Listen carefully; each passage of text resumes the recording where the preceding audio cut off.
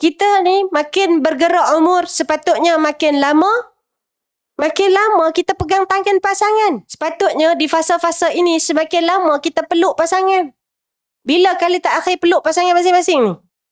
Bila kali terakhir? Malam tadi? Pagi tadi? Ada yang termenung, tak ingat dah Ustazah bila kali terakhir peluk.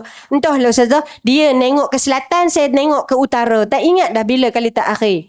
Sebab itu kita kata hari ni, suasana usaha untuk membina momen-momen dalam rumah tangga dah mulai hilang. Saya selalu sebut di mana-mana, puan-puan, dalam rumah tangga ni kita yang kena mencipta hubungan-hubungan itu. Tengok bagaimana Nabi SAW buat.